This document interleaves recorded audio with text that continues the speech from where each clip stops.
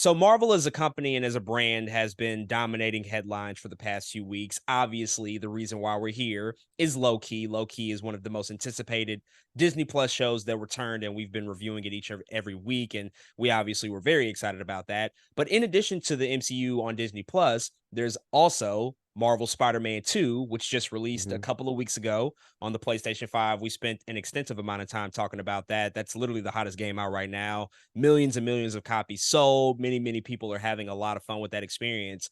But also, in addition to that, a couple of weeks ago, what hit bookshelves was a brand new book called MCU: The Reign of Marvel Studios. I actually just finished that book a few days ago. It's an incredibly informative book about the history of the MCU, the history of Marvel Studios, especially in the early days and the development of where the company has been over the past 15 years or so. But we can't forget to mention that on the horizon is the 33rd feature film in the Marvel Cinematic Universe, The Marvels Mhm. itself, which is a Yeah. film that was initially supposed to come out this past summer. It got pushed back a few months, but it is finally releasing. And now we're about less than 2 weeks away from the release of that movie. And there's a lot of things I think to sort of do a temperature check on as it relates to that movie, because as we have extensively talked about, as many pundits and critics and all the people in this entertainment space have been talking about, it's been a bit of a struggling period of time for Marvel Studios and the MCU. And the Marvels being this next feature film to come out, a lot of people have been waiting and anticipating to see what the performance was going to look like. And we actually have some early box office tracking numbers. And currently the movie is pegged to make around 75 to 80 million dollars on its opening weekend. Now, on the surface, that's a huge figure. Most movies would love to make that amount of money. But when you're Yeah. comparing yourself to the MCU, it kind of falls short of expectations, I think. And when you look at Captain Marvel from 2019, that movie made $153.4 million in its opening weekend, which is just a gargantuan number, one of the biggest opening weekends of all time. And we obviously know that film went on to gross over $1 billion. And also recently over the weekend, another news item broke that currently the Marvels has the lowest pre-sale numbers of any MCU movie post COVID. So in the last Mm. 4 years, you look at all the pre-sale figures. We don't know the exact numbers, but right now the Marvels is the lowest, even lower than Eternals, from a couple of years ago. So that feels Wow. like somewhat of a cautious sign. We also found out a few days ago that in terms of the reviews that are coming out from critics, the social embargo is going to lift November 7th, and the review embargo is going to lift basically a day before Thursday night previews, November 8th. And historically, that tells us that that might be a bit of a red flag. Maybe Disney and Mhm. Marvel are a little bit trepidatious about the word of mouth of the film getting out in Mhm. advance of it actually being shown to the public. They want to try to temper expectations and keep the word about the film quiet. It doesn't really signal a sign of confidence. They've never really waited this long to hold their embargo numbers, or not their numbers, but their reviews, excuse me. And obviously, we know that this is also the shortest MCU movie pretty much Mhm. ever. It's clocking in at an hour and 45 minutes. I think the previous record holders were the Incredible Hulk and Thor: The Dark World at about an hour and 52 minutes, and so it's about 7 minutes shorter than those movies. And so, yeah, there's a lot of things about this movie, man. I think both of us are obviously going to go see it. We'll talk about the movie in a couple of weeks when it does come out. But what does all this say to you in terms of the box office tracking, the pre-sale numbers, just the general Mhm. conversation? Because this all kind of really, I think, came about. I saw a tweet over the weekend just basically saying, like, why do you think pre-sale numbers are so low? And everybody had their own takes, everybody had their own opinion. What say you just about the state and the anticipation level around the Marvels coming out in a couple of weeks here?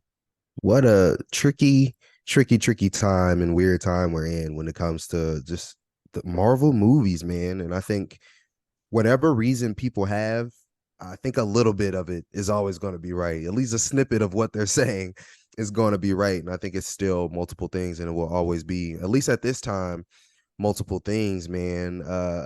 We talked about it at length, man. Marvel's in a weird spot. We don't know what's happening.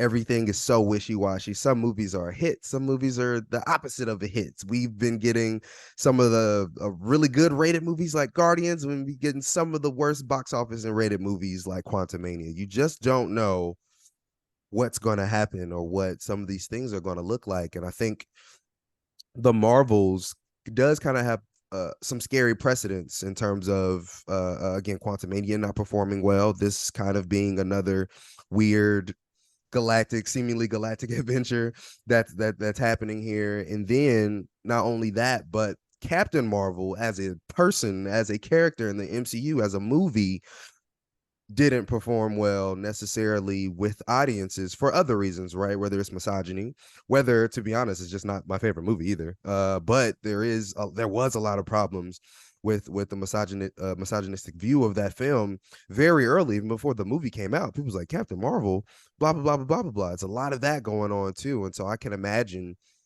this all of these things, pre-sale numbers being low for again all of those reasons, man. And do I want to go see a movie that no one's really talking about because the embargo hasn't been lifted? Do I really want to go see a movie that again, I'm sure there's tons of dude bros out there. It's like I'm not gonna try to go see Brie Larson as Captain Marvel. That's a thing.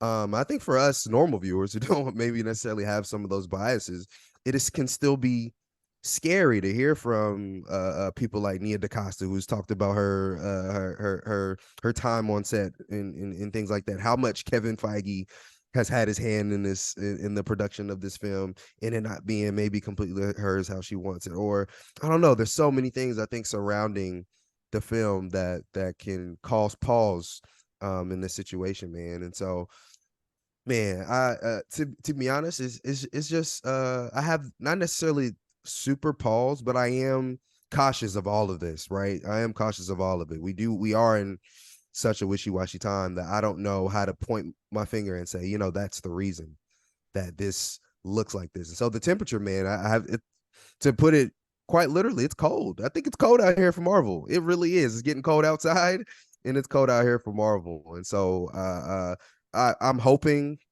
things heat up when the movie actually comes out.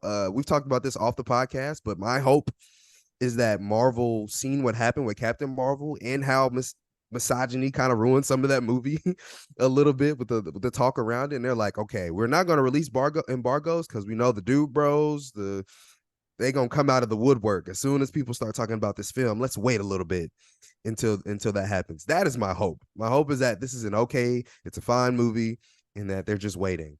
On the other side of that, it could very well not be the movie that they're hoping for, and they could have another dud on their hands.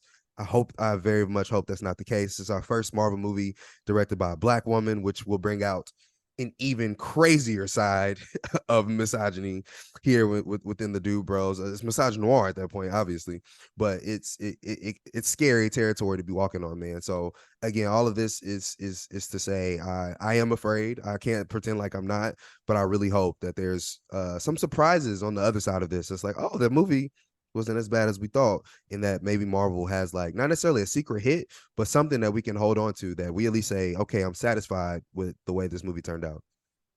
Yeah, I think a lot of people do tend to also misremember Captain Marvel, though it wasn't necessarily a critical darling, and a lot of people had issues with the story and the film itself. I mean, that is a unequivocal hit. When you talk about the film making in excess of $1.1 billion, there's Right. no other narrative that you can really throw at it. I don't care what this vocal minority says, the people who scream MCU, like I don't care what any of them say. When you Lord make that Jesus. much money, there's no conversation to be had. That is a hit movie. Mm-hmm. And it was a movement. It was kind of a phenomenon at that time because people, finally got a female superhero in the MCU, especially after Wonder Woman had done so much to sort of pave the way for that film 2 years prior. Coming into this one, I wasn't necessarily excited about the story or the film because I wasn't a huge fan of the first one, but there's obviously a lot there to be excited about, the prospects of what could come from it, adding new characters like Tiana Paris and Iman Vellani coming in to help support the cast, like having a Black female director step in for the first time in the MCU. All that stuff would generally get me excited, but then we look at the past 4 years, which have just been a roller coaster ride to say the least, the highest of highs and absolutely the lowest of lows. And speaking of the lowest of lows, I don't think that anything helps the narrative around this film in terms of what's come out on Disney Plus when you're talking about, on one hand, Miss Marvel, a show which was pretty good, but a lot of people didn't watch.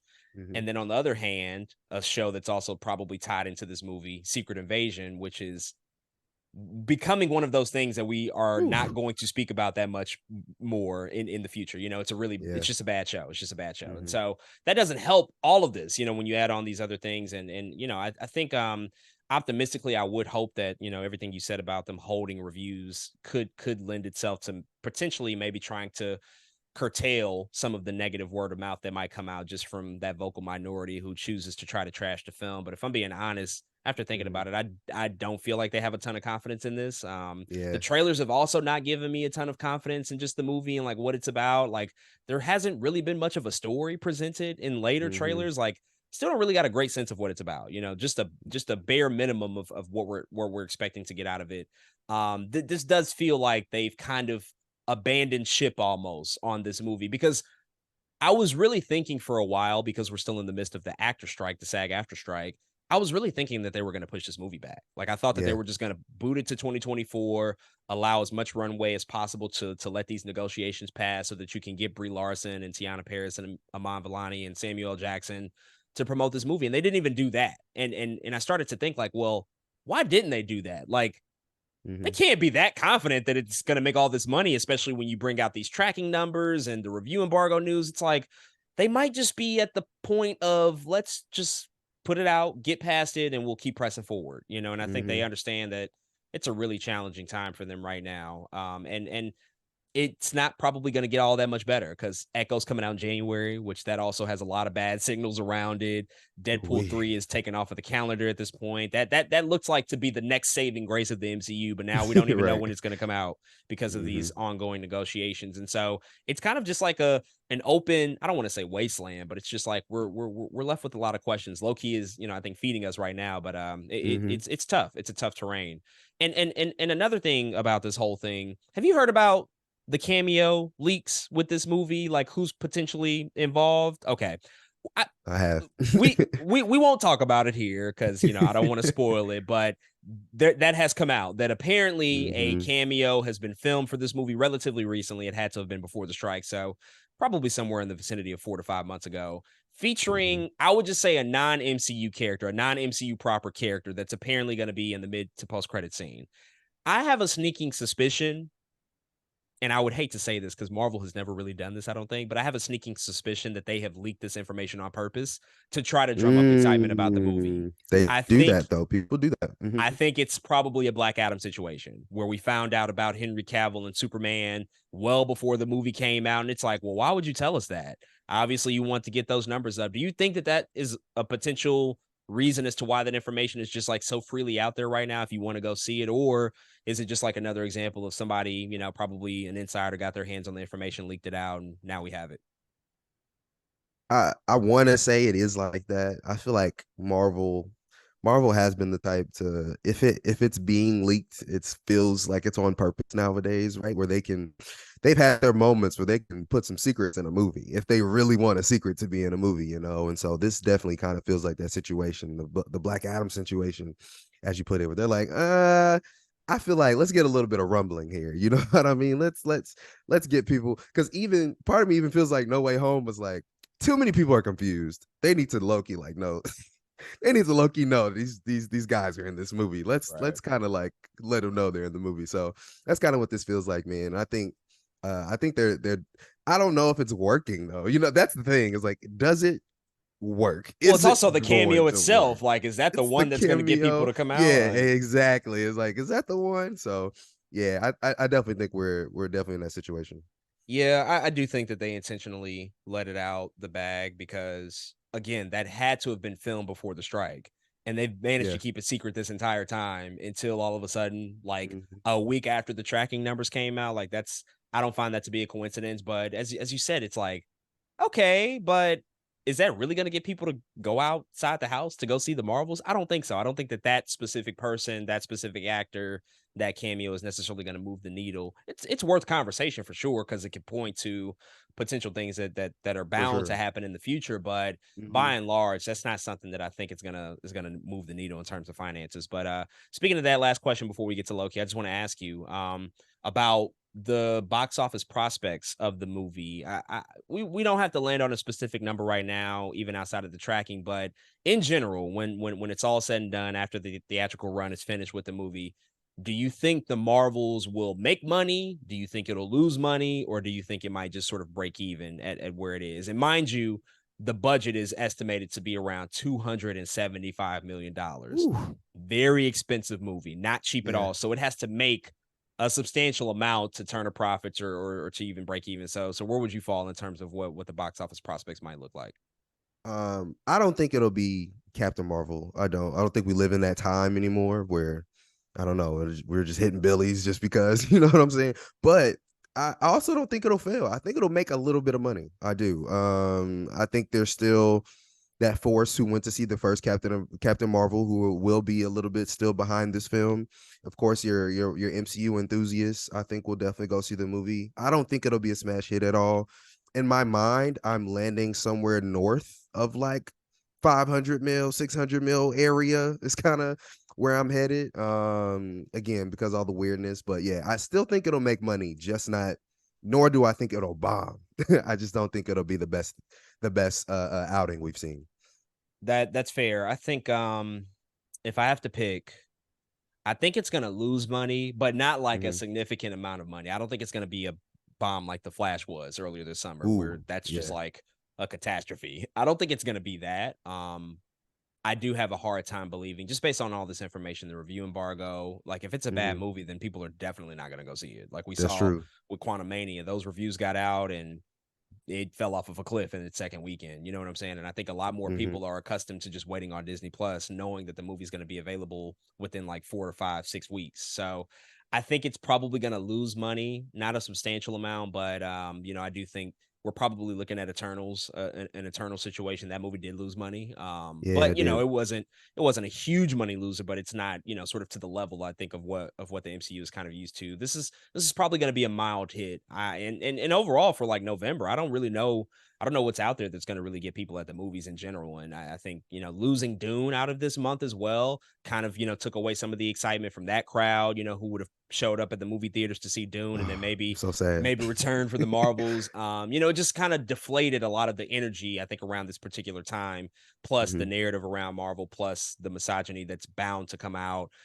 People are just gonna find other things to do. I think that's what it's gonna, ultimately end up being. But as it's been sort of said in other circles and by other reporters, it doesn't appear that Marvel's gonna be surprised by that fact. Apparently they were taken That's off true. guard when Quantum Mania kind of bombed in the specific way that it did, but it doesn't seem like they're Hmm. going to necessarily be caught off guard. It's like, okay, well, we kind of expect this and we're prepared for it, and we're just again ready to press forward. So we will certainly have to see. The movie comes out in less than 2 weeks, and obviously we will be back here in a few weeks to review